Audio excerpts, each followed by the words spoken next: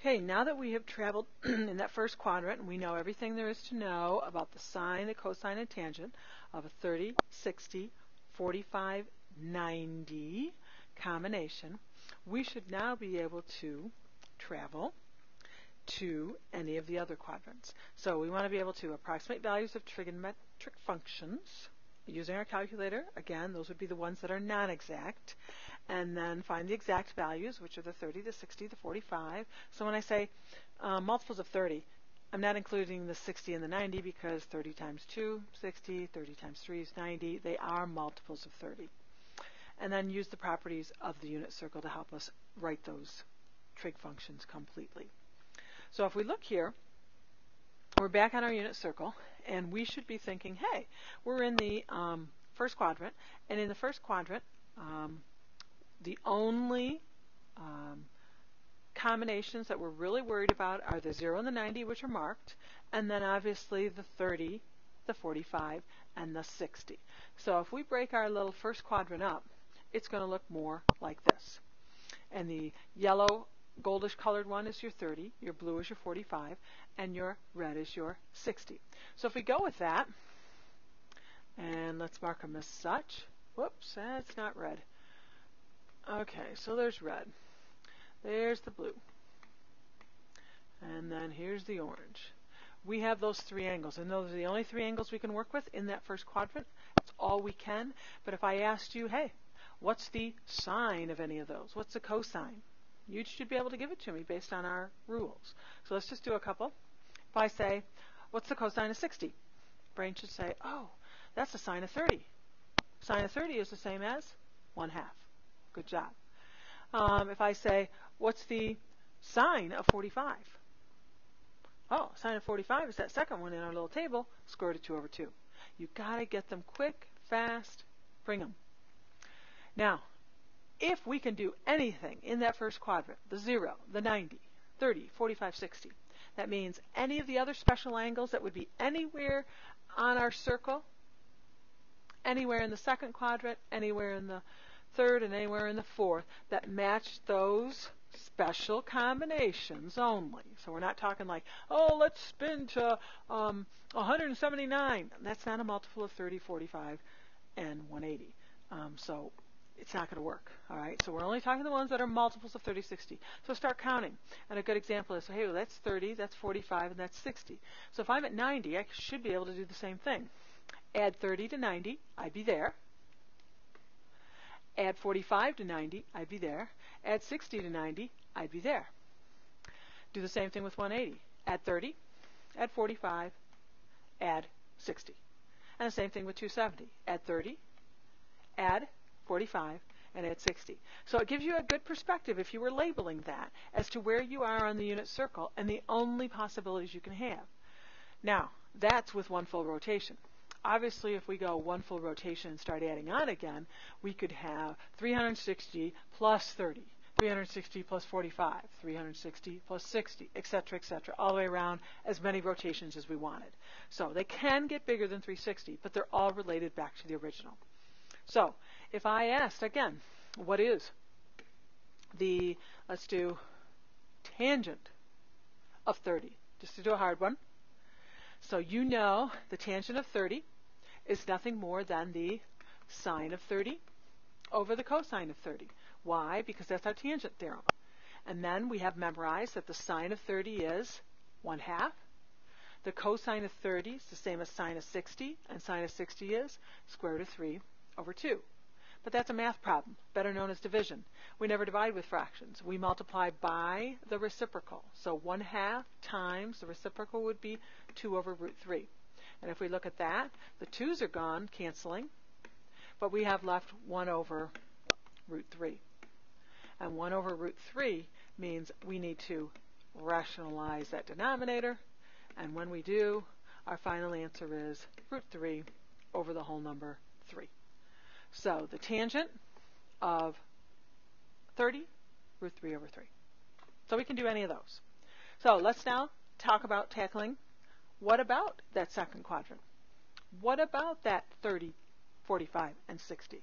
So let's real quick visit what they were. And we had the red one first. So 30 degrees off of 90 should have been 120. 45 degrees off of 90 is 135. And 60 degrees off of 90 is 150.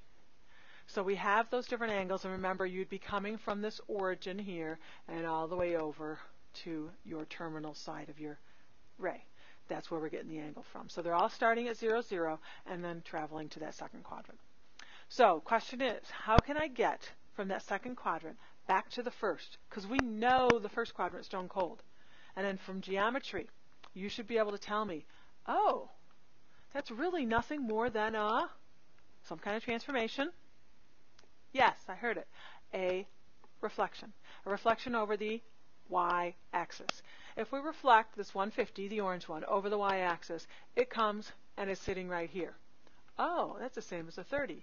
If I take the 135 and reflect it back over, it would be about right here. That's the same as a 45. And the 120, the red reflected, would be about right here, and that's a 60. So they're all related back to something in that first quadrant, which we already know. This will be good. Ready? So if I said, what is, in the second quadrant, let's do, what's the sine of 150 degrees? So brain has to say, well, 150 degrees is right here. The sine is always positive in that second quadrant. And now I just need to know what's the same as that point here, but in the first quadrant. And we already did that. We said that's the 30. So I need to do, what's the sine of 30? And the sine of 30 is 1/2. So I know I have a positive 1/2 for the sine of 150. So it's relation back to that first quadrant. Reflected. They all work. So let's travel a little farther. Let's go to that third quadrant. And in that third quadrant, let's start with the angles, naming them. There's only 30 degrees off of the 180, so 210. 45 off of the 180, 225. And 60 off of the 180, which is 240. So those are three angle measures, and all of those, again, should be able to get back to that first quadrant. And when we say get back to that first quadrant, what are we looking for? We can't reflect like we did that first time. We can't reflect over the y-axis. If we reflected over the y-axis, they'd land over here in the fourth quadrant. Not where we need to be. Okay? So, something else from geometry, and think of it like this. Let's just take this red one this time. It's the first one here. If I took that red one and I used my straight edge, my ruler, and backed it out, I would be intersecting with the circle up there. And that would be the same as a 60. If I did the blue one and backed it out, same as a 45. And the orange one, what do we have here really? It was called vertical angles. This gave us a 30-degree wedge, and so therefore vertical angles are equal. That gives us a 30-degree wedge. So if I asked, and let's do it, what is the cosine of 240? So I'm saying I'm right here. I want the x value right there. Well, I know to get the x I had to go negative, so I'm going to go negative. And then 240 means, follow that. If I reflect that back over using vertical angles, I'd be a 60. And so I'm looking for, what is the cosine of 60? Cosine of 60 is the same as sine of 30. Sine of 30 is 1/2. This time we'd be talking about a negative 1/2 would be a cosine of 240. Nice. Okay, that means we have one last quadrant to rotate through. And if we spun all the way around, let's go blue this time. We didn't use that one yet. If I spun all the way around and I arrived at the terminal side right there, and actually we need to name them all, what are the 30, the 45, and the 60s in this quadrant? So add 30 to 270, add 45 to 270,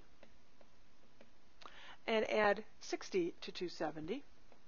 And you have your three special angles from the fourth quadrant. All right, now we said we're going to go with the blue one. And ask yourself again, how could I get the blue, the orange, and the red back to that first quadrant? And we've done them all before, but this would be a reflection over the x-axis. So there would be the red, The blue, if I reflected it, would be about right there.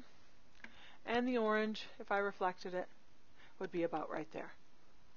So you have your 3 back in that first quadrant where we know them all. Great. So let's go with, I want the tangent of 315. Ooh, tangent. That's a hard one. No, it's just sine over cosine. So be careful. Now, a 315 is right there in the middle. We know that's equivalent to a 45 over here in the first quadrant.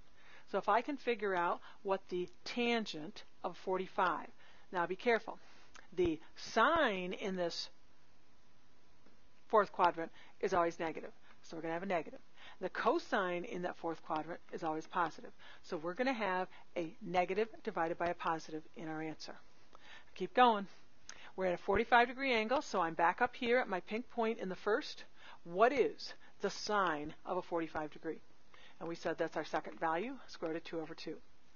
What is the cosine of 45? Well, cosine of 45 is the same as the sine of 45. We just wrote that down. So now look carefully. We have the same exact values being divided. What happens when you have two things that are exactly alike? They divide into each other, become 1. We've got a negative divided by a positive, so we have a negative 1. So if we asked the tangent of 45, tangent of 45 is not negative 1, but the tangent of 315 is. What's the tangent of 45? Good. Positive 1, I heard several of you say, because that would be in the first quadrant up here where everything is positive. All right. So keep in mind that we want to be able to move all the way around. So if I now said just, I want to do sine of 225. Well, first of all, you're going to have to spin either mentally or on paper by drawing a picture. So if I know I go from 0 to 180, how much farther do I need? Well, 180 plus 20 plus 25 more. Oh, yeah, so that's going to put me about right here. So then you got to be saying, oh, that's 45 into here. So that's 225. That's 45, and I come back over here, so that's a 45 over here. I want the sine of 45. Well, the sine of 45 we have memorized as root 2 over 2. But keep in mind, we're in the third quadrant. What's the sine value in the third quadrant? It's always negative. Done. Negative square root of 2 over 2. That's what we're looking for. That's what we're expecting. Quick, speed, as we go. All right, now I'm at the cosine of 150. Well, cosine of 150. Here again, start in the first quadrant on our terminal side of our angle, and we spin. Now the question is how far?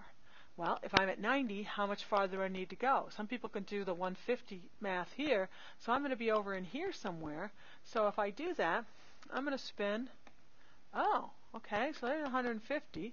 Now ask yourself, how do I get that 150 back to the first quadrant? How do we get the ray from that one? And that's reflect. So I'm going to be sitting over in here where my brain's thinking, oh, that's a 30. All right, so if I do the cosine of 30, but the cosine of 30 is the same as sine of 60. Sine of 60 is third one in our list. Third one in our list is square root of 3 over 2.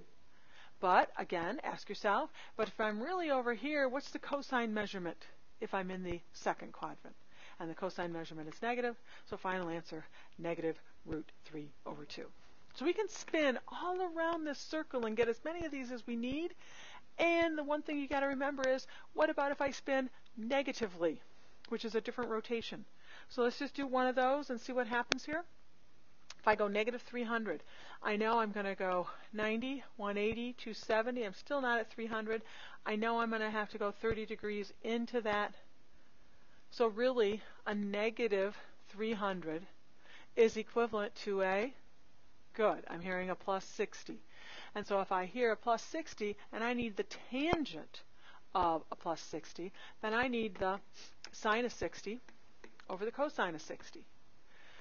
All right, we have the sine of 60. Whoops, we need a little different color here in the blue. Is square root of 3 over 2. It's our third one in our list. And the cosine of 60 is the same as sine of 30. Sine of 30 is 1/2. Do the reciprocal rule. Square root of 3 over 2 times the reciprocal. Do your canceling. And we end up with square root of 3. So the tangent of a negative 300 is square root of 3. And again, remember, both of them in the first quadrant are positive, so a positive divided by positive would still give us that positive root 3. So we could spin in any combination, on these, and you should be able to. So that's what we're looking for in section 5. So bring those questions and any rotation issues you might have to class, and we'll